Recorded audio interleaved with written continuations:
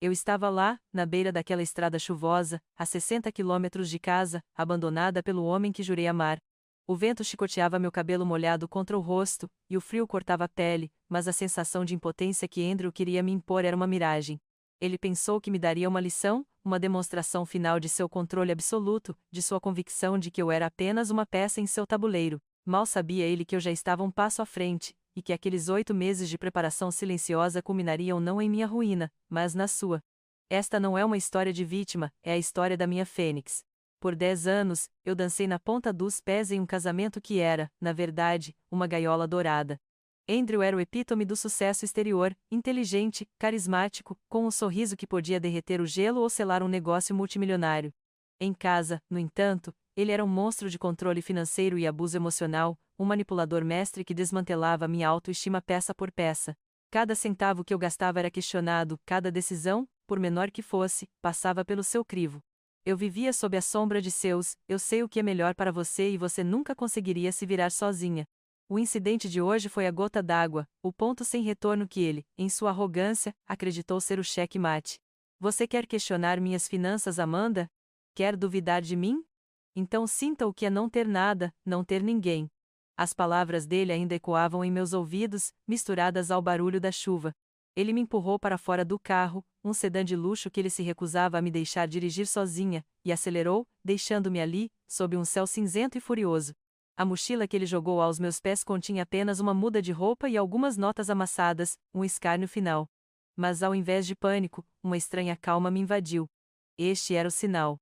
O estágio final. Há 8 meses, um extrato bancário esquecido no bolso de sua jaqueta revelou uma conta secreta, um número que não batia. Aquilo foi o primeiro fio solto na tapeçaria perfeita que Andrew tecera. O medo inicial de não ter para onde ir, de não ter como sobreviver, foi gradualmente substituído pela raiva fria e calculista. Eu me lembrei das lições de meu pai, um homem observador e prático, que sempre me dizia para ter um plano B para tudo. A cada humilhação, a cada manipulação, eu anotava, pesquisava, planejava. Meus medos se transformaram em combustível, a vergonha em determinação.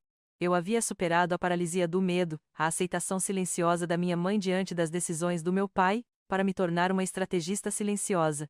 Meu telefone vibrou. Uma mensagem concisa de Marcos, chegando em 5 minutos.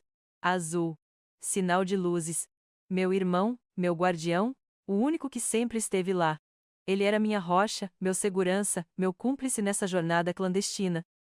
Ele não questionou quando eu pedi para que ele me encontrasse em um ponto distante da estrada, em uma noite chuvosa. Ele apenas respondeu, sempre. O brilho dos faróis azuis cortou a escuridão, e o carro de Marcos parou a poucos metros. Ele saiu, o rosto sério, um guarda-chuva na mão. Eu levantei a mochila, um leve sorriso se formou em meus lábios. Andrew achou que me quebrou. Na verdade, ele acabou de acender o pavio. A fênix estava pronta para se erguer. Marcos mal esperou que eu chegasse perto. Ele me envolveu em um abraço firme e protetor, seu cheiro familiar de terra e floresta, uma âncora na tempestade que acabara de me deixar. Você está bem? Sua voz grave cortou o barulho da chuva, sem a necessidade de palavras supérfluas. Ele sabia. Ele sempre soube. Nos últimos 8 meses, ele foi minha sombra discreta, seu silêncio uma promessa inabalável de lealdade. Nunca fez perguntas desnecessárias, apenas observava, esperava pelo meu sinal. E o sinal, finalmente, havia chegado. Não houve repreensão por minha aparente imprudência, apenas compreensão e um aceno que dizia: é hora. No carro de Marcos, o silêncio era cúmplice. O calor do aquecedor começava a afastar o frio dos meus ossos, mas a adrenalina ainda pulsava. Eu olhava para a estrada molhada, a imagem de Andrew acelerando na chuva ainda gravada na minha retina. A lembrança de seu rosto distorcido pelo ódio, seus olhos azuis gelados me dispensando como lixo, não me causava mais pânico. Em vez disso, alimentava uma resolução fria. Não havia espaço para lamentações, nem para a dor do que Andrew tinha sido.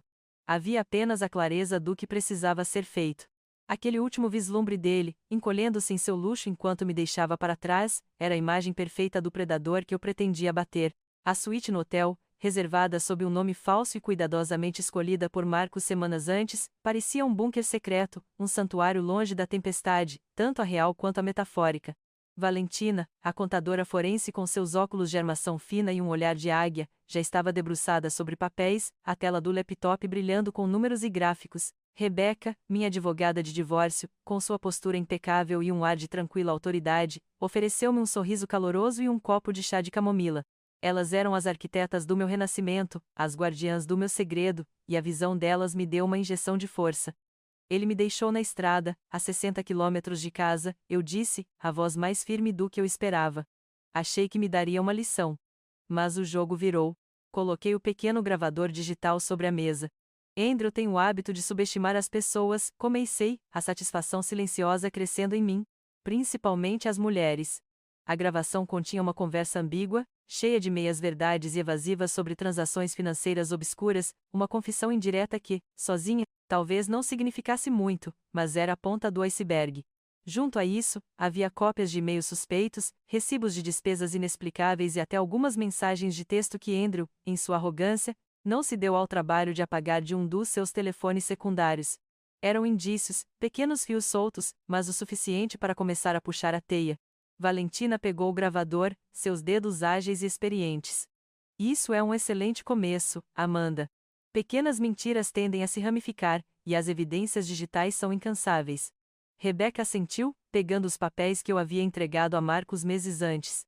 A estratégia inicial é clara: iniciar o processo de divórcio sob as alegações de controle financeiro e abuso emocional. Isso nos dará acesso aos registros bancários conjuntos e abrirá a porta para uma investigação forense mais aprofundada nos bens de Andrew. Queremos o divórcio, sim, mas como um meio para um fim maior. Enquanto elas discutiam os próximos passos, os termos legais e as armadilhas potenciais, eu me permiti sentir. A dor da humilhação ainda estava lá, uma cicatriz fresca, mas agora ela era um catalisador, não um limite. Eu tinha o controle, a equipe, o plano. Andrew havia me empurrado para o abismo, mas esqueceu que eu tinha asas. Minha fênix interior, forjada em 8 meses de silêncio e preparação, estava pronta para voar. Era hora de Andrew colher o que semeara. A colheita começou imediatamente, dolorosa e reveladora. Nos dias que se seguiram àquela noite chuvosa, a suíte de hotel se transformou em um centro de operações, zumbindo com a energia focada de Valentina e Rebeca. Eu observava enquanto elas mergulhavam nos abismos digitais da vida de Andrew, desenterrando camadas e camadas de engano. Valentina, com sua paciência meticulosa, rastreava cada centavo, cada transação suspeita, cada conta oculta. Rebeca, por sua vez, analisava os registros, preparando as bases legais para o que viria a ser muito mais do que um divórcio litigioso. A parte mais difícil, para mim, foi confrontar as provas visuais da infidelidade de Andrew. Vídeos de vigilância, mensagens de texto explícitas, fotografias encontradas em seus dispositivos ocultos. Não era apenas a traição que me dilacerava, mas a crueza com que ele vivia essa vida dupla, a naturalidade com que mentia e manipulava. A cada imagem, a cada palavra, sentia um nó no estômago, uma mistura de raiva e nojo. O homem que eu amara era um fantasma, uma fachada elaborada que agora se desfazia diante dos meus olhos. Eu me lembrava das minhas próprias perguntas sobre o paradeiro dele, das suas desculpas esfarrapadas, e a dor se misturava à vergonha por ter sido tão cega. Marcos estava sempre por perto, uma presença silenciosa, mas seu olhar de preocupação era palpável. Ele sabia o que eu estava passando. Ele usou Jennifer, Valentina anunciou um dia, a voz baixa, o olhar fixo na tela. Encontramos uma série de e-mails e transferências bancárias disfarçadas para uma conta em nome dela. Dinheiro que ele usava para obter informações sobre os bens da sua família, especialmente o imóvel de férias dos seus pais, que ele sabia ser um dos mais valiosos. Meu mundo estremeceu. Minha irmã, Jennifer. Ingênua, um tanto mimada, mas nunca pensei que Andrew seria capaz de explorá-la dessa forma. E Jennifer, como ela poderia? A raiva borbulhou em mim, superando a dor. Eu precisava de respostas. Liguei para Jennifer, a voz controlada. Jennifer, preciso que você venha ao hotel. É sobre Andrew. A hesitação dela foi imediata. Eu não sei, Amanda. Ele me pediu para não falar com você. Ele foi preso, eu menti, sentindo um gosto amargo na boca. E seu nome apareceu em algumas transações suspeitas. Se você não vier, isso pode se tornar um problema para você também. O medo na voz dela era palpável. Ela concordou em vir. No hotel, a confrontação foi explosiva. Jennifer, pálida e com os olhos mareados, negou a princípio. Eu não sei do que você está falando, Andrew. Ele só me pedia para fazer alguns favores, nada demais. Mas quando Valentina mostrou os extratos bancários e os e-mails, o rosto dela se contorceu em pânico. Ele Ele me disse que era para um investimento secreto, que ele estava me ajudando a ter uma parte dos lucros antes que mamãe e papai. Ele disse que ia me dar uma porcentagem grande se eu ajudasse a ter acesso a alguns documentos antigos dos bens da família. As lágrimas dela eram genuínas, mas misturadas com uma dose de autocompaixão que me irritava. Andrew havia explorado a ganância ingênua de Jennifer, transformando-a em cúmplice involuntária. A dor da traição se aprofundava, mas também a determinação de que ele não prejudicaria mais ninguém. Após o desabafo de Jennifer, minha mãe, que Marcus havia discretamente convidado para vir ao hotel, entrou na sala. O rosto dela estava marcado pela preocupação, mas também por uma estranha quietude. Ela me abraçou forte, depois de um silêncio pensativo, começou a falar. Amanda, seu pai. Ele nunca confiou totalmente em Andrew. Ele era um homem perspicaz. E nos últimos anos, antes de falecer, ele estava desconfiado de algo. Minha mãe nos contou sobre um fundo fiduciário secreto que meu pai havia criado em meu nome, com disposições específicas que o impediam de ser acessado por Andrew. Mais chocante ainda, ela revelou que meu pai havia deixado cópias de documentos e análises de caligrafia que indicavam que Andrew havia tentado falsificar minha assinatura em vários documentos financeiros, provavelmente para ter acesso a outros bens antes do tempo. Ele havia guardado tudo em um cofre, com instruções de só revelar se algo drástico acontecesse. A voz dela tremia, mas a revelação era uma peça crucial do quebra-cabeça. Isso muda tudo, Rebecca disse, os olhos brilhando com determinação. A tentativa de falsificação de assinatura, o uso de Jennifer, a manipulação de bens familiares, isso vai muito além de um divórcio. Andrew não é apenas um marido abusivo, ele é um criminoso com um padrão de comportamento predatório. Temos o suficiente para uma acusação criminal sólida. A dor de ver as profundezas da depravação de Andrew era avassaladora, mas a cada nova descoberta, a teia de mentiras dele se desfazia, revelando um caminho mais claro para a justiça. Eu já não estava apenas lutando por minha liberdade, mas por todos que ele havia prejudicado e ainda tentava prejudicar. A fênix estava pronta para lançar suas chamas. As chamas da minha fênix interior, acesas pela revelação da depravação de Andrew, encontraram um campo fértil na mente brilhante de Valentina. Ela mergulhou ainda mais fundo na teia financeira, e o que ela desenterrou fez a fraude com Jennifer parecer uma pequena fogueira perto de um incêndio florestal. Dias se transformaram em semanas de trabalho intenso na suíte do hotel, agora nosso quartel-general. Telas de computador brilhavam com planilhas complexas, extratos bancários de múltiplas instituições e gráficos de fluxo de dinheiro que pareciam um mapa intrincado de rios subterrâneos. Ele não só estava desviando seus bens, Amanda, Valentina anunciou uma manhã, os óculos baixados na ponta do nariz enquanto apontava para uma série de transações. Ele montou um esquema Ponzi sofisticado, visando clientes idosos, especialmente viúvas. Minha boca secou. A voz de Valentina, geralmente tão controlada, carregava um tom de nojo. Ela explicou que Andrew usava seu charme e reputação impecável para ganhar a confiança dessas pessoas vulneráveis, prometendo retornos financeiros astronômicos em investimentos fictícios. Os pagamentos iniciais eram feitos com o dinheiro de novos investidores, até que o esquema se tornasse insustentável. Uma das histórias em particular me dilacerou. Valentina mostrou o perfil de uma mulher, Dona Elara, uma professora aposentada de 78 anos que havia investido as economias de uma vida, o legado de seu falecido marido, nas mãos de Andrew. Ele a convenceu a vender a casa, Amanda, Valentina disse, a voz quase um sussurro. Tudo se foi. Ela está em um abrigo para idosos agora, sem um centavo, sem dignidade. A imagem de Dona Elara, com seu rosto gentil e olhos mareados em uma fotografia antiga, queimou minha alma. Não era mais apenas sobre Andrew e eu. Era sobre todas as Dona Elaras que ele havia destruído. A raiva gelada se transformou em uma fúria ardente por justiça. Enquanto desvendávamos a magnitude de sua crueldade, Rebecca, com sua ética inabalável, reiterou a gravidade da situação. Isso não é mais um caso de divórcio, Amanda. É fraude federal, abuso de idosos, lavagem de dinheiro. Andrew será indiciado criminalmente. Sua determinação refletia a minha. O rosto de Marcus, que ouvia tudo em silêncio ao meu lado, endurecia a cada nova revelação, sua mão ocasionalmente apertando meu ombro em um gesto de apoio silencioso. E então, o choque final. Enquanto rastreava comunicações e preparava a denúncia, Valentina interceptou e-mails criptografados entre Andrew e um agente imobiliário na Costa Rica. Ele estava planejando fugir, ela revelou, o tom sério. Com Naim. Ele havia montado um fundo de investimento clandestino lá, usando o dinheiro roubado dos clientes. O plano era vender todos os seus ativos líquidos e desaparecer. O cinismo e a frieza de Andrew em abandonar não apenas Naim, mas também seu filho, era a prova final de sua completa falta de caráter. Ele não tinha lealdade a ninguém, apenas a si mesmo e ao seu dinheiro sujo. A descoberta de Christopher, o filho secreto de Andrew com Nain, me fez ver essa traição sob uma luz ainda mais sombria. Andrew era capaz de usar e descartar qualquer um, até mesmo sua própria família, por ganância. Naquele momento, enquanto as peças do quebra-cabeça se encaixavam em uma imagem monstruosa, a vingança pessoal que eu havia acalentado por 8 meses transcendeu. Deixou de ser apenas sobre minha dor, sobre o meu resgate.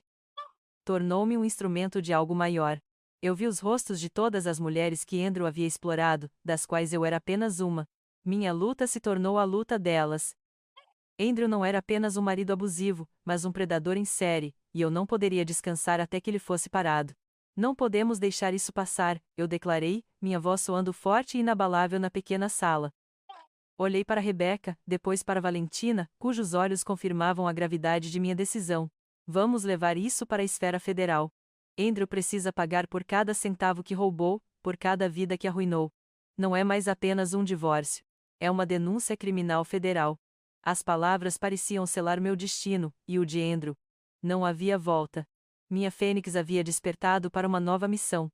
A nova missão tomou forma em uma frenesi de atividade. A suíte do hotel, agora nosso centro de comando permanente, zumbia com a energia de uma colmeia. Valentina, com seus olhos fixos em múltiplas telas, compilava relatórios detalhados, cada número uma peça crucial no desmonte do império de Andrew. Rebecca, com pilhas de documentos legais se acumulando em sua mesa, ditava estratégias, antecipando cada possível contra-ataque de Andrew. Marcos, como sempre, era a sombra silenciosa, garantindo que nossa fortaleza permanecesse impenetrável, tanto literal quanto metaforicamente. Eu me vi imersa nesse redemoinho, não mais uma espectadora, mas a bússola que guiava a tempestade. A audiência de emergência estava marcada. A palavra emergência era uma cortina de fumaça, cuidadosamente orquestrada por Rebecca para pegá-lo desprevenido. Sabíamos que Andrew, em sua arrogância, faria uma aparição, subestimando a seriedade das alegações iniciais de divórcio e controle financeiro. A tensão no ar era quase física, um peso que apertava o peito, mas também me impulsionava. Era a primeira vez que eu o enfrentaria publicamente desde aquela estrada chuvosa. Mas desta vez, eu não estaria sozinha, nem desamparada. A armadilha estava sendo preparada com precisão milimétrica. Um informante anônimo, um pseudônimo criado por Rebecca, com base em evidências irrefutáveis fornecidas por Valentina, já havia entregue à SEC o fio da meada sobre as fraudes de milhões de dólares que Andrew orquestrava. A agência prometeu agir rapidamente, mas nos avisou que a natureza e a complexidade do esquema exigiam um momento oportuno, um cenário público, para uma intervenção mais eficaz. O dia chegou, cinzento e promissor. No tribunal, o ar estava carregado de formalidade e uma expectativa abafada.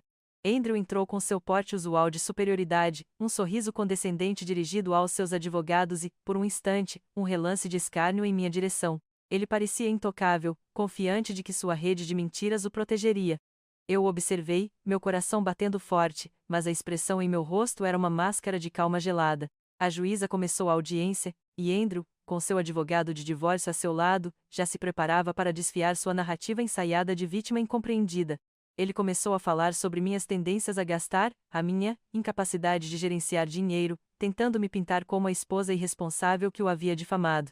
Ele estava no meio de uma frase, as palavras arrogantes preenchendo a sala, quando a porta da parte de trás da sala do tribunal se abriu abruptamente. 4 agentes da SEC e 2 federais, em seus ternos escuros, marcharam silenciosamente em direção à mesa da defesa. Um deles se aproximou de Andrew, mostrando um distintivo e um mandado.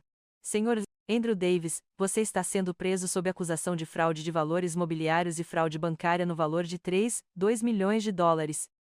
O silêncio que se seguiu foi ensurdecedor. O sorriso de Andrew congelou. Seus olhos, antes cheios de escárnio, agora refletiam puro choque e descrença. O advogado dele gaguejou, a juíza bateu o martelo, surpresa, mas com uma seriedade imediata em seu rosto. Andrew tentou argumentar, sua voz subindo em um tom agudo e desesperado: isto é um engano. Minha esposa. Ela está armando isso. Mas já era tarde. Os agentes não hesitaram. Algemas frias estalaram em seus pulsos, e ele foi levado para fora da sala, os murmúrios do público crescendo em um burburinho de choque. A face de Andrew, enquanto ele era arrastado, era a imagem de um homem que acabara de perder tudo. Naquele instante, no meio daquela sala de tribunal, o jogo virou irreversivelmente. Eu senti o poder retornar, não como uma vingança amarga, mas como a justiça fria e inegável que ele tanto merecia. A armadilha, finalmente, havia se fechado. O eco das algemas de Andrew ainda parecia vibrar no ar da sala de audiência vazia, mas sua presença tóxica permanecia, mesmo atrás das grades. Para ele, a prisão não era um fim, mas um novo cenário para sua interminável peça de manipulação. Rebecca e Valentina me informaram que ele já havia contatado um de seus advogados mais caros, não para planejar sua defesa de forma tradicional, mas para tentar descreditar a mim e a minha equipe. Ele ligou para Jennifer, tentando coagi-la, ameaçando expor segredos de família que ele sabia serem dolorosos, tudo para minar nosso caso. Ele tentou, de alguma forma, chegar a Naim, a Christopher, mas Marcos estava um passo à frente, garantindo que nenhum contato indesejado pudesse alcançá-los. Andrew era como um polvo, mesmo sem cabeça, seus tentáculos ainda se contorciam, buscando prender e sufocar. Mas eu estava pronta para isso. A equipe não diminuiu o ritmo. Pelo contrário, a prisão de Andrew apenas intensificou nosso trabalho. Valentina, incansável, mergulhou mais fundo nos servidores de Andrew, desenterrando e-mails antigos e documentos financeiros ainda mais comprometedores, que ele pensou ter deletado. Cada arquivo recuperado era uma nova bala no cartucho da acusação. Rebecca, com seu olhar astuto, já previa as táticas da defesa de Andrew, as tentativas de plantar dúvidas sobre minha sanidade, de alegar conspiração, de desqualificar as provas. Mas estávamos preparados para cada artimanha, cada golpe baixo. Andrew ainda era uma ameaça, um predador encurralado que lutaria até o último sopro, e essa consciência nos mantinha vigilantes. A notícia da prisão de Andrew explodiu na mídia como uma bomba. As manchetes eram sensacionalistas, as imagens de seu rosto confuso e furioso enquanto era algemado estampavam jornais e portais de notícias. Financista de renome preso por fraude multimilionária, vigarista de Wall Street ataca viúvas idosas, o escândalo que abala Minneapolis. O Andrew que o mundo conhecia, o homem de negócios impecável, o filantropo de fachada, o marido carismático, desmoronava em uma avalanche de exposição pública. Antigos colegas de trabalho começaram a se manifestar, clientes lesados, investidores que haviam se calado por vergonha. A reputação que ele construíra com tanto esmero, sobre a qual ele alicerçara seu ego e seu poder, virou pó. Ver seu nome e sua imagem tão publicamente manchados, seus crimes detalhados para o mundo, foi uma forma de justiça que o dinheiro não poderia comprar nem a prisão poderia silenciar. Eu observava tudo isso de um lugar de calma distante. Aquele Andrew que um dia me fez tremer de medo, que me abandonou na chuva como uma lição, agora estava enjaulado, exposto, desnudado. Havia uma ironia agridoce no destino. Ele havia subestimado minha força, minha capacidade de planejar, e em sua sede de controle e riqueza, ele pavimentou seu próprio caminho para a ruína. Cada abuso, cada mentira, cada transação fraudulenta que ele cometeu não era um ato isolado, mas uma peça em um dominó gigante que ele mesmo derrubou. A lição que ele queria me dar na beira daquela estrada chuvosa foi, na verdade, a fagulha que acendeu a minha própria fênix, e as chamas que ela liberou consumiram seu império de mentiras. Ele acreditou ser invencível, o arquiteto de seu próprio destino, mas, na realidade, ele era o arquiteto de sua própria prisão. E a verdadeira batalha ainda estava por vir. A verdadeira batalha estava, de fato, a semanas de distância, um período que se estendeu como uma eternidade, mas foi preenchido com uma atividade incessante nos bastidores. Rebecca e Valentina, a cada dia, aprofundavam-se nos detalhes forenses e nas nuances jurídicas, transformando montanhas de evidências em uma narrativa coesa e irrefutável. Antes nosso esconderijo, agora era um centro de comando legal, onde papéis se amontoavam em pilhas organizadas e telas de computador brilhavam com gráficos e documentos. Elas trabalhavam com uma simbiose impressionante, Valentina desenterrando os números e as transações fraudulentas, Rebecca tecendo a teia legal para prender Andrew. Para mim, aqueles dias foram um purgatório de espera e fortalecimento. A cada nova prova que Valentina desenterrava, a cada depoimento de testemunhas potenciais que Rebecca revisava, a mistura de alívio e raiva contida aumentava. Eu me mantinha firme, um pilar de determinação, mas por trás da fachada de aço, a ansiedade rastejava. Haveria lacunas? Andrew encontraria uma saída? Essas perguntas assombravam meus pensamentos nos momentos de silêncio, quando a adrenalina baixava e a mente se permitia divagar. A esperança se misturava à apreensão, mas a raiva, uma raiva fria e controlada, era meu combustível constante.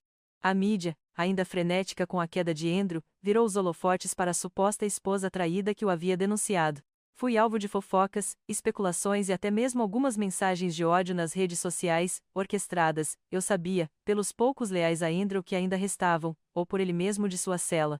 Mas eu não permiti que isso me abalasse. Marcos, sempre vigilante, filtrava o mundo exterior, permitindo que apenas o essencial chegasse até mim, protegendo minha paz, que era vital para a luta que se aproximava. Andrew, mesmo da prisão, não cessou suas tentativas de sabotagem. Ele tentou intimidar testemunhas, oferecendo dinheiro a alguns de seus antigos associados para que mudassem seus depoimentos, e chegou a enviar cartas ameaçadoras a advogados envolvidos no caso. Marcus e Rebecca interceptaram tudo. Marcus, com sua rede de contatos, garantia que qualquer tentativa de Andrew de contatar Jennifer ou Naim fosse frustrada, protegendo-os de sua manipulação incessante. Rebecca, por sua vez, transformava essas tentativas de obstrução de justiça em mais evidências contra ele, adicionando camadas à sua já pesada acusação. Era como se, em sua desesperada tentativa de escapar, Andrew cavasse um buraco ainda mais fundo para si mesmo. O período antes do julgamento principal foi uma calma antes da tempestade literal.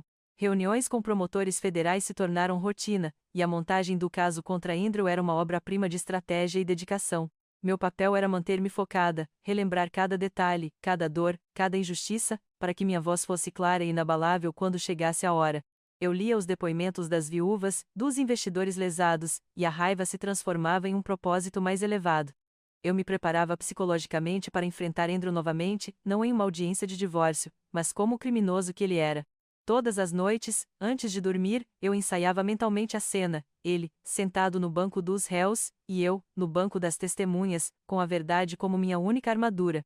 Eu fortalecia minha determinação, lembrando-me de cada humilhação, mas canalizando essa dor em poder. Não era mais sobre me quebrar, mas sobre garantir que ele nunca mais quebrasse ninguém. A Fênix, agora, estava não apenas pronta para voar, mas para incinerar as mentiras de seu passado. O julgamento não seria o fim, mas o começo de uma nova era de justiça.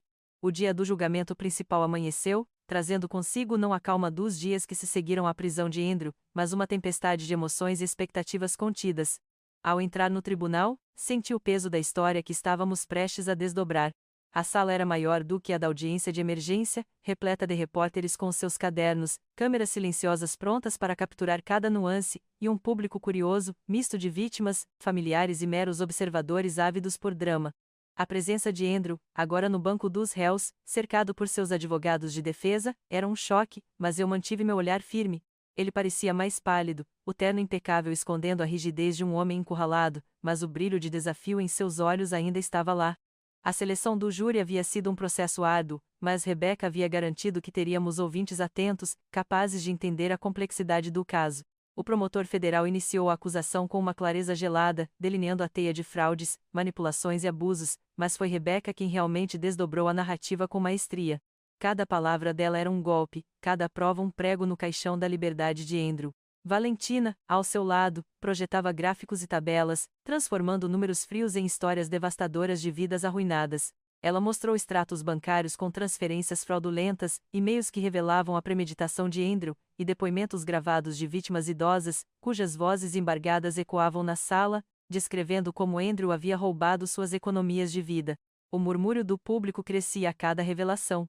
Os jurados, alguns com as testas franzidas em consternação, outros com expressões de incredulidade, absorviam cada detalhe. Eu vi alguns repórteres rabiscarem freneticamente, seus olhos saltando da tela para o rosto inexpressivo de Andrew. A história de Dona Elara, a professora aposentada que perdera tudo, foi contada com uma riqueza de detalhes que arrancou suspiros e até algumas lágrimas do público.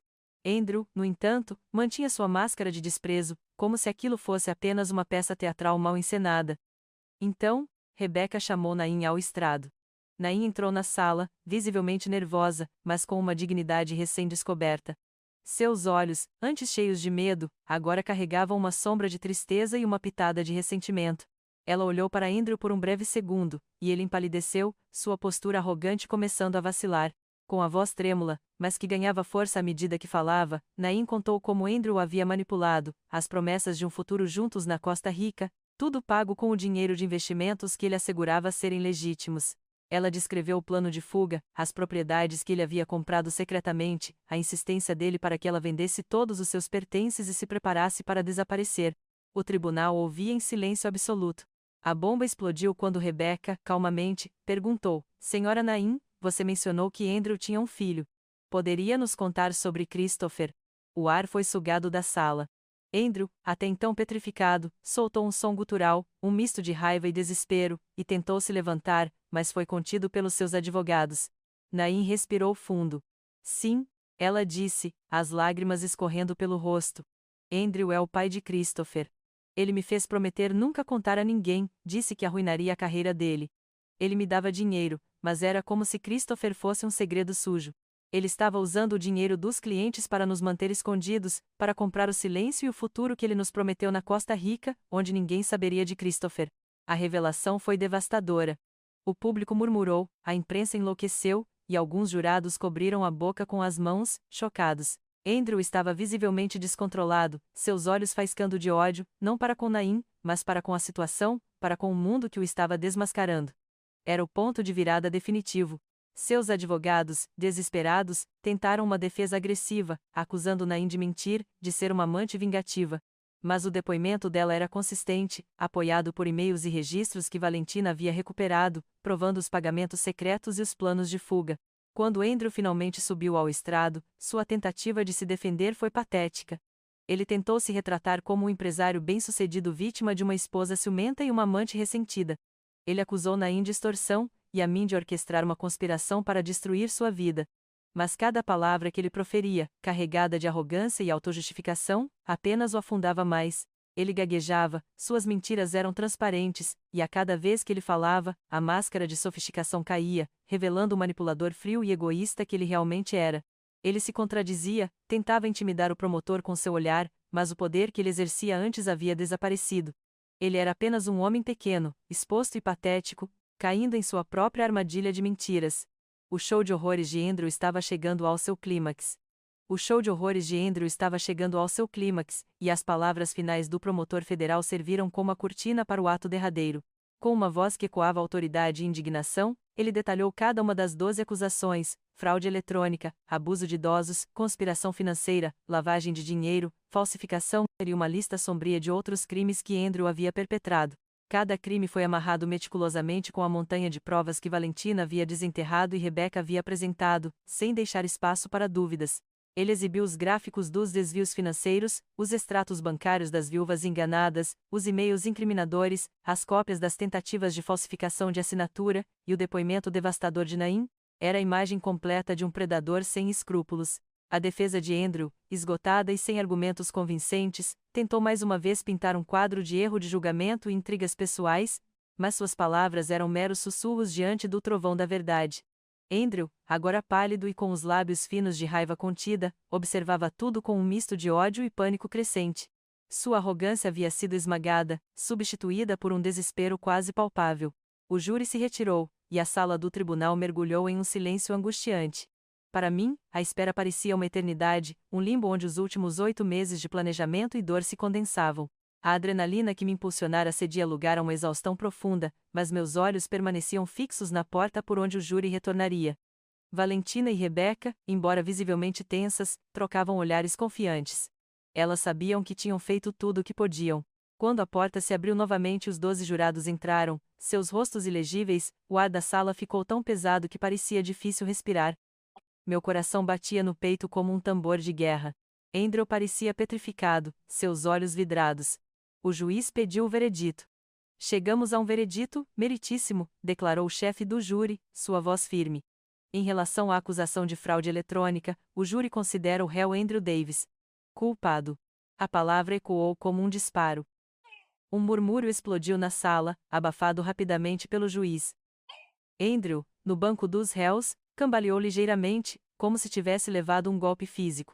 Seus advogados, ao seu lado, pareciam ter envelhecido 10 anos em um segundo. A leitura continuou, implacável, a cada culpado uma nova punhalada para Andrew, e uma onda de alívio e justificação para mim. Em relação à acusação de abuso de idosos, culpado. Em relação à conspiração financeira, culpado. Em relação à lavagem de dinheiro, culpado. Uma por uma, as 12 acusações foram confirmadas: culpado, culpado, culpado. O veredito final, em todas as 12 acusações, foi culpado. O alívio que me invadiu foi avassalador, misturado a uma exaustão que pesava em cada osso do meu corpo. Andrew desabou em sua cadeira, sua cabeça caindo sobre as mãos, um som gutural de desespero escapando de seus lábios. Sua família, presente na primeira fila, estava em choque, sua mãe chorava em silêncio, sua irmã parecia congelada em uma expressão de incredulidade. O mundo de Andrew, construído sobre mentiras e manipulação, desabara por completo. A juíza, com a gravidade que a ocasião exigia, prosseguiu para a condenação. Sr. Davis, em face das provas irrefutáveis e dos vereditos do júri, e considerando a magnitude de seus crimes e o impacto devastador em suas vítimas vulneráveis, este tribunal o condena a 96 meses de prisão federal. 8 anos. 8 anos por cada centavo roubado, por cada vida arruinada, por cada lágrima derramada. Andrew ergueu a cabeça, os olhos vermelhos e furiosos fixos no juiz. Mas não havia mais nada que ele pudesse fazer. As algemas que o prenderam no tribunal meses antes agora eram um destino selado. Para mim, foi a culminação de um plano. Não foi apenas vitória, foi a justiça fria e inabalável que Andrew tanto negava aos outros. Não havia euforia gritante, apenas uma sensação profunda e satisfatória de que, finalmente, o ciclo de abuso havia sido quebrado. Minha fênix havia voado, não para se vingar, mas para trazer a verdade à luz. A dor ainda existia, mas agora estava temperada pela convicção de que eu havia lutado a boa luta e prevalecido. O homem que me abandonou na chuva como uma lição estava agora aprendendo a sua própria, e eu estava livre. A liberdade, eu descobri, não era apenas um estado de espírito, ela vinha acompanhada de uma generosa recompensa, a primeira das muitas consequências que se desenrolariam após a sentença de Andrew. O processo, que antes parecia interminável, ganhou uma velocidade surpreendente. Dias depois do veredito, recebi a notificação oficial sobre a recompensa de denunciante da SEC. Não era apenas um cheque, era a materialização da minha coragem, um reconhecimento tangível de que a verdade, por mais dolorosa que fosse, tinha um valor imensurável. Ao ver os dígitos no extrato bancário, não senti euforia, mas um profundo senso de validação. Era prova de que cada minuto de medo, cada lágrima contida, cada passo meticulosamente planejado havia valido a pena. O dinheiro não apagava a dor, mas construía um alicerce sólido para o futuro que Andrew havia tentado me negar. Paralelamente à recompensa, a divisão de bens do divórcio finalmente foi concluída. Com Andrew condenado e sua credibilidade desfeita, a corte não teve dificuldades em conceder-me a maior parte do patrimônio comum, reconhecendo o padrão de controle financeiro e abuso que eu havia suportado. Os bens que ele havia tentado manipular, o imóvel de férias que ele almejava, tudo foi devidamente restituído, sob a supervisão implacável de Rebecca. Mais importante ainda, o fundo fiduciário secreto que meu pai havia estabelecido, agora acessível, tornou-se uma âncora financeira. Papai, mesmo ausente, continuava a me proteger. Sua perspicácia, sua desconfiança silenciosa em relação a Andrew, havia garantido que eu teria uma rede de segurança. Receber a documentação desse fundo foi como um abraço póstumo, uma confirmação de que nunca estive realmente sozinha. Essa segurança financeira me libertou das amarras do medo, permitindo-me olhar para frente sem a sombra da privação que Andrew tanto me ameaçava. Enquanto eu consolidava minha nova realidade financeira, o mundo de Andrew se desintegrava ainda mais. A condenação criminal foi apenas o começo. Uma avalanche de processos civis, movidos pelas vítimas idosas e pelos investidores lesados, rapidamente se seguiu. Rebecca me manteve informada, cada processo era um novo prego no caixão de Andrew, cada ação judicial uma nova perda de seus bens remanescentes. Seus advogados civis mal conseguiam conter a hemorragia financeira. Não demorou para que seus ativos fossem congelados e leiloados para compensar suas vítimas. Andrew não apenas perdeu sua liberdade, ele perdeu tudo o que havia construído com mentiras e engano. Sua reputação, outrora brilhante, jazia em pedaços, pisoteada pela verdade que finalmente emergiu. Os poucos artigos de jornal que ocasionalmente chegavam até mim retratavam um homem quebrado, financeiramente arruinado e socialmente execrado. A mídia, que antes cobria o escândalo com voracidade, agora transformava a minha história em um conto de superação. Fui, para minha surpresa, rotulada de heroína por alguns veículos, uma fênix que ressurgiu das cinzas por outros.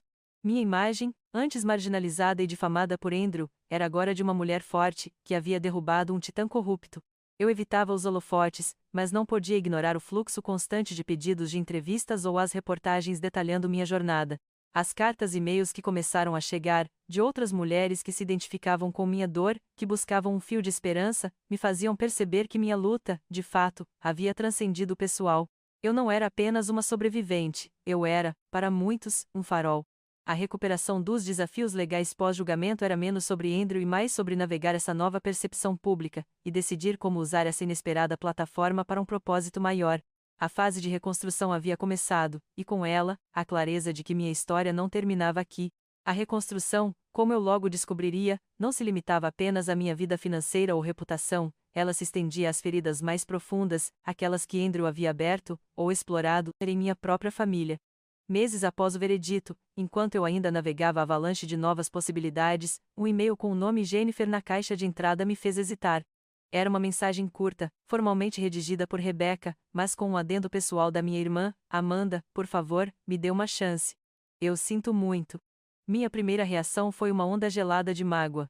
A imagem dela, com lágrimas de autocompaixão no hotel, ainda me assombrava. Mas o tempo e a distância haviam lapidado a raiva em algo mais complexo. Rebecca me assegurou que Jennifer estava genuinamente abalada pela magnitude dos crimes de Andrew e o papel, por mais involuntário que fosse, que ela desempenhou. Decidi aceitar o convite para um café, em um local neutro. Jennifer estava diferente. Mais quieta, os olhos fixos na xícara de chá. Ela não tentou se justificar, apenas confessou. Eu era tão ingênua, Amanda. Tão tola. Andrew sabia exatamente como me manipular, jogando com meu desejo de impressionar papai e mamãe, de ter minha própria coisa sem ter que trabalhar tanto. As lágrimas que agora rolavam eram de vergonha sincera. Ela havia percebido o quão fundo Andrew havia envolvido e o quão perigoso ele realmente era. Ela falava sobre como a família havia se afastado dela, e como a culpa a consumia. Eu só quero consertar as coisas. Se houver algo que eu possa fazer, qualquer coisa, para te ajudar ou as mulheres que Andrew prejudicou. A fragilidade em sua voz me atingiu. Andrew não só me feriu, ele havia explorado e quebrado pessoas ao nosso redor, deixando um rastro de vítimas secundárias. Pouco depois, foi a vez de Naim. Desta vez, o contato veio através de Marcos, que havia mantido Christopher e ela em segurança sob sua supervisão, garantindo que Andrew não pudesse alcançá-los nem da prisão. Naim me procurou com uma coragem tranquila, muito diferente da mulher assustada que testemunhou no tribunal. Ela queria se desculpar por ter participado, mesmo sem saber a extensão total, dos planos de fuga de Andrew. Eu só queria um futuro seguro para Christopher. Ela disse, os olhos fixos nos meus. Ele me fez acreditar que era nossa única chance. Mas agora vejo a monstruosidade de tudo, e me sinto responsável. Seu arrependimento era profundo, enraizado não apenas na culpa, mas na percepção clara da ameaça que Andrew representava para seu próprio filho. Ela ofereceu seu tempo e energia para qualquer causa que eu pudesse estar desenvolvendo. Aceitar a ajuda delas, ou sequer considerar o perdão, foi uma das decisões mais difíceis que enfrentei. A dor da traição, a raiva por terem sido cúmplices, mesmo que manipuladas, ainda queimava. Mas eu também vi a sinceridade em seus olhos, a vulnerabilidade de mulheres que, assim como eu, haviam sido vítimas de Andrew, embora de maneiras diferentes. Eu havia prometido a mim mesma que minha fênix não seria alimentada apenas pela vingança, mas pela cura e pela construção. Segurar o ressentimento só me manteria presa ao passado que eu estava tão desesperadamente tentando deixar para trás. A liberdade que eu buscava não era apenas a libertação de Andrew, mas a liberdade de seu legado tóxico dentro de mim. Então, com cautela e estabelecendo limites claros, aceitei. Não foi um perdão instantâneo, mas o início de um processo. Jennifer começou a ajudar em pequenas tarefas administrativas para minha mãe, reconectando-se lentamente com a família. Naim, com sua inteligência prática e a dor de seu passado, mostrou-se surpreendentemente perspicaz em identificar padrões de manipulação. A cicatrização familiar não era linear, havia momentos de desconforto, de lembranças dolorosas, mas também de pequenos avanços. Eu me vi refletindo sobre o papel da minha mãe, sobre as escolhas que ela fez no passado, e a compreensão que nascia em mim era uma forma de paz. O elo fraturado, mas ainda presente, entre nós começava a se remendar, mostrando que mesmo das cinzas de um relacionamento destrutivo, novas formas de conexão e propósito podiam surgir. A fênix estava expandindo suas asas, não apenas para si mesma, mas para curar aqueles ao seu redor. Era essa nova percepção de propósito, ampliada pela compreensão e pelo desejo de cura que pulsava em mim, que começou a moldar algo muito maior do que minha própria redenção. Com a segurança financeira que a recompensa de denunciante e o fundo fiduciário do meu pai haviam proporcionado, e com os bens restituídos do divórcio sob meu controle, a ideia de simplesmente seguir em frente parecia vazia. Andrew havia me abandonado em uma estrada chuvosa, certo de que me esmagaria, mas, sem saber, ele me havia lançado em um caminho de autodescoberta e força inabalável. Agora, era meu dever transformar essa jornada de terror em um farol de esperança para outras. A visão da Fundação Fênix nasceu de uma noite insone, enquanto eu revia os depoimentos das mulheres idosas que Andrew havia enganado, as lágrimas de Dona Elara ainda em minha memória. Eu queria que nenhum grito de socorro ficasse sem resposta, que nenhuma mulher se sentisse tão sozinha e impotente quanto eu um dia me senti. A Fênix seria um refúgio, um lugar onde mulheres vítimas de abuso financeiro e violência encontrariam não apenas apoio legal e financeiro, mas também um espaço seguro para curar suas feridas emocionais. Eu a imaginava com programas de alfabetização financeira, aconselhamento jurídico pro bono, apoio psicológico e, talvez o mais importante, uma rede de mentoria para que essas mulheres pudessem se reerguer e construir uma nova vida. Seria a materialização da minha própria jornada, do fogo que purifica e da ressurreição. Naturalmente, a primeira pessoa a quem expus a ideia foi Marcos. Ele ouviu em silêncio, como sempre, com aquele olhar que transmitia total compreensão. Estarei com você, ele disse, sua voz grave e firme. Essas mulheres precisam de proteção, e eu sei como garantir isso. Para ele, unir-se à Fundação Fênix não era apenas mais um trabalho de segurança, era uma extensão natural de sua lealdade e de sua profunda aversão à injustiça, uma maneira de canalizar sua força protetora para uma causa maior. Valentina, com sua paixão pela verdade e sua aversão visceral à fraude, abraçou a proposta com entusiasmo quase acadêmico. Amanda, o que Andrew fez não é um caso isolado. Há muitos Andrews por aí. Minha expertise pode ajudar a desmascarar outros antes que eles destruam mais vidas. Podemos criar protocolos, treinar equipes. É um legado muito mais poderoso do que qualquer veredito. Para Valentina, que via o mundo em números e padrões, a Fênix era uma oportunidade de lutar contra a raiz do problema, usando suas habilidades para empoderar as vítimas com conhecimento financeiro e a capacidade de se defender. Rebeca, a advogada inabalável que havia sido minha voz no tribunal, também se prontificou. Seu caso, Amanda, já inspirou dezenas de mulheres a me procurar. Elas precisam de representação legal competente e compassiva. A Fênix pode preencher essa lacuna, oferecendo um porto seguro jurídico. É hora de usar o sistema para proteger, não apenas para punir. Sua motivação era clara. Ela havia testemunhado em primeira mão a devastação causada pelo abuso financeiro e sentia a responsabilidade ética de lutar por aqueles que não podiam lutar por si mesmos. Com eles ao meu lado, o núcleo da Fênix estava formado. Não éramos apenas uma equipe, éramos uma família forjada na diversidade, unida por um propósito comum. Minha visão se tornou mais clara: transformar a escuridão da minha própria tragédia em uma fonte inesgotável de força para outras mulheres. Andrew, em sua crueldade, havia me dado a experiência, a riqueza e a determinação. Eu não seria mais uma vítima, mas uma construtora, usando cada pedaço da minha dor como argamassa para erguer um santuário de esperança. A Fênix não seria apenas uma fundação, seria um movimento, um símbolo de que, mesmo nas cinzas mais profundas, a vida e o propósito podem florescer. A fundação que eu imaginara não tardou a ganhar vida, não apenas através da dedicação incansável de Marcos, Valentina e Rebeca, mas também pelo desejo sincero de redenção de Jennifer e Naim. A cicatriz que Andrew deixara em nossa família e em suas próprias vidas, de formas tão diferentes, agora se transformava em um ímpeto para construir. Jennifer, superando a vergonha e buscando um novo propósito, ofereceu suas habilidades organizacionais e seu jeito comunicativo para cuidar da divulgação da Fundação Fênix, gerenciando as redes sociais e organizando os primeiros eventos de captação de recursos. Ela canalizava sua energia, antes dispersa ou mal direcionada, para amplificar a voz das vítimas. Naim, por sua vez, com Christopher seguro ao lado de Marcos, encontrou uma forma de transformar sua própria dor em empatia ativa.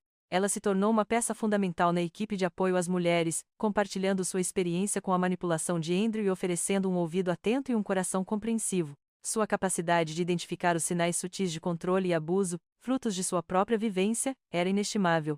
Ela se tornou uma mentora para as recém-chegadas, um testemunho vivo de que era possível sair da sombra de um predador. Juntas, elas não apenas ajudavam a Fênix a crescer, mas também iniciavam seus próprios caminhos de cura e reconstrução.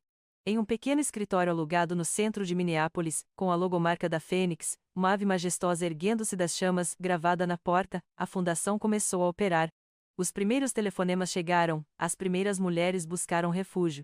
Lembro-me vividamente de Ana Lúcia, uma mulher de meia-idade que perdera a casa e as economias para um esquema de pirâmide orquestrado por um marido controlador. Seus olhos, inicialmente turvos de desespero, começaram a brilhar com uma fagulha de esperança à medida que Rebeca explicava seus direitos e Valentina delineava um plano de recuperação financeira. Ver o alívio tomar conta de seu rosto, o medo se transformar em determinação, era a validação que eu precisava. Havia desafios, claro. A burocracia, a escassez de recursos, a imensa demanda, mas cada pequena vitória, cada sorriso recuperado, cada mulher que conseguia se reerguer, alimentava a nossa chama. Para mim, a vida adquiriu uma clareza e um propósito que eu nunca imaginei ser possível. A atenção da mídia, inicialmente desconfortável, tornou-se uma ferramenta. Aprendi a usar minha voz, minha história, não para minha própria glória, mas para iluminar a causa da Fênix. Eu dava entrevistas, participava de conferências, sempre com a mensagem de que a vulnerabilidade podia ser transformada em força. Não era fácil revisitar as memórias, mas cada vez que eu falava, sentia a dor se transformar em poder. Eu não era mais a Amanda assustada, subjugada por Andrew. Eu era a Amanda que ressurge, a líder da Fênix, a salvadora que Andrew, em sua arrogância, nunca previu. A liberdade que eu havia buscado na beira da estrada chuvosa agora era uma realidade vibrante, um tecido complexo de responsabilidade, compaixão e um senso inabalável de justiça. De vítima a farol de esperança, a transformação estava completa. Meu passado não era um fardo, mas a fundação de um futuro onde a dor de uma se tornava a força de muitas. A Fênix havia encontrado seu verdadeiro lar, e eu, o meu. A Fênix havia encontrado seu verdadeiro lar, e eu, o meu. E, neste lar recém-descoberto, a ironia do meu passado se revelava com uma clareza cristalina, como a luz do sol rompendo as nuvens depois de uma tempestade devastadora. Andrew, em sua crueldade calculista, estava tão certo de que me ensinaria uma lição, de que me veria rastejar na beira da estrada, quebrada e humilhada. Mal sabia ele que sua própria malevolência foi a fagulha exata que acendeu meu fogo interior. Sua arrogância, ao me abandonar desamparada a 60 quilômetros de casa, não me destruiu. Ela me forjou, temperando minha vontade no gume afiado da dor. Cada ato de controle financeiro, cada mentira cuidadosamente tecida, cada traição que ele pensava me manter sob seu jugo, era, na verdade, um passo que ele dava em direção ao seu próprio abismo. Ele cavava sua própria cova com cada um de seus crimes, enquanto eu, sem que ele suspeitasse, construía minhas asas. A tempestade perfeita que o derrubou não foi obra do acaso, mas o resultado inevitável de suas próprias escolhas predatórias, amplificadas por sua crença inabalável em sua própria impunidade. Minha tragédia pessoal, a dor insuportável de ser enganada, manipulada e abusada, transformou-se em uma fonte inesgotável de força. No início, era uma raiva fria e um desejo ardente por justiça. Mas, com o tempo e o trabalho árduo da Fundação Fênix, essa energia se metamorfoseou em algo muito mais construtivo, um catalisador para a empatia, uma plataforma para a mudança. Eu percebi que minha própria cura estava intrinsecamente ligada à capacidade de estender a mão e ajudar outras mulheres a encontrar a delas. Cada história que ouço, cada lágrima que vejo escorrer, cada pequeno passo de uma mulher em direção à sua liberdade financeira e emocional é um lembrete poderoso de que minha dor não foi em vão. É um processo contínuo de processamento e ressignificação, onde o ato de dar propósito ao meu sofrimento é o que o despoja de seu poder de me consumir. O bem-estar da minha mente não dependia de esquecer o que Andrew fez, mas de transformar a lembrança em ação, canalizando a dor em resiliência ativa. Minha jornada de sobrevivente me transformou em um refúgio para outras mulheres, e não apenas por meio da estrutura organizada da Fundação Fênix, com suas equipes jurídicas e financeiras. Era a conexão humana que eu podia oferecer. Quando uma mulher me olhava nos olhos, sabendo que eu havia caminhado por um caminho assustadoramente semelhante, havia um reconhecimento mútuo, uma ponte de confiança instantânea que transcendia palavras. Eu entendia o medo paralisante, a vergonha esmagadora, a sensação de estar completamente presa. E eu podia dizer a elas, com a autoridade inabalável da experiência, que havia uma saída, que a liberdade era possível, e que elas não estavam sozinhas. Ver a esperança reacender em seus olhos, a faísca da determinação cintilar, era o maior pagamento, uma cura profunda para minha própria alma, que encontrava paz em cada resgate. A Fundação Fênix, agora uma entidade em constante crescimento, era a manifestação viva e pulsante dessa esperança renovada. Tínhamos planos ambiciosos para o futuro, expandir nossos programas para alcançar ainda mais comunidades em todo o país, desenvolver ferramentas educacionais inovadoras para a prevenção do abuso financeiro, e construir uma rede nacional robusta de apoio e mentoria. Queríamos ser a voz para as que foram silenciadas, o escudo para as que foram feridas, a bússola para as que estavam perdidas na escuridão. Era um testamento de que o fogo purificador da diversidade, que uma vez me consumiu, agora iluminava um caminho para inúmeras outras. Minha jornada, de vítima a líder, não terminava em redenção pessoal, mas na responsabilidade de acender essa chama em cada mulher que cruzasse nosso caminho. A Fênix havia encontrado seu verdadeiro lar, e eu, o meu, em um propósito que transcendia a dor e prometia um futuro de força coletiva. E assim, minha jornada encontra sua plenitude, não como um ponto final, mas como o alvorecer de um propósito ainda maior. Cada passo forjado na dor daquela estrada chuvosa, cada fibra de resiliência tecida em 8 meses de preparação, culminou na ascensão da Fênix que eu me tornei. De uma mulher abandonada, me ergui como líder de uma fundação, transformando o sussurro amedrontado do passado em uma voz que ecoa a justiça. Esta metamorfose, de vítima salvadora, não foi um milagre, mas o resultado inegável de uma escolha consciente, lutar, não ceder e confiar na minha capacidade intrínseca de me reerguer, usando minha história como um farol. Minha história é um testemunho de que a força interior não é um dom de poucos, mas uma chama latente em todos nós, esperando o momento certo para se acender. Não importa quão escura pareça a noite, quão avassaladora seja a tempestade, há sempre uma maneira de se reerguer, de transformar a cicatriz em um mapa para a cura, e a ferida em um arsenal de coragem. Para cada mulher que se sente presa, silenciada, ou esmagada por qualquer forma de injustiça ou abuso, eu lhes digo: a voz de vocês importa, a verdade de vocês importa. Não tenham medo de questionar, de planejar, de pedir ajuda. Cerquem-se de aliados, confiem em seu instinto e lembrem-se de que a justiça, por mais demorada que seja, tem um jeito de prevalecer. Seu valor não é definido por quem tentou te diminuir, mas pela coragem que você encontra para se defender e, talvez, para defender os outros. Se sua jornada hoje é de luta, saiba que essa mesma luta contém a semente da sua maior vitória. Que minha jornada, de vítima a salvadora, de silêncio a voz ativa, seja a prova viva de que o espírito humano é indomável. Se esta história tocou você, por favor, curta este vídeo e deixe seu comentário abaixo sobre o que mais te inspirou. E para mais histórias de superação e justiça, não se esqueça de se inscrever no canal. Lembre-se, sua força interior é sua maior arma.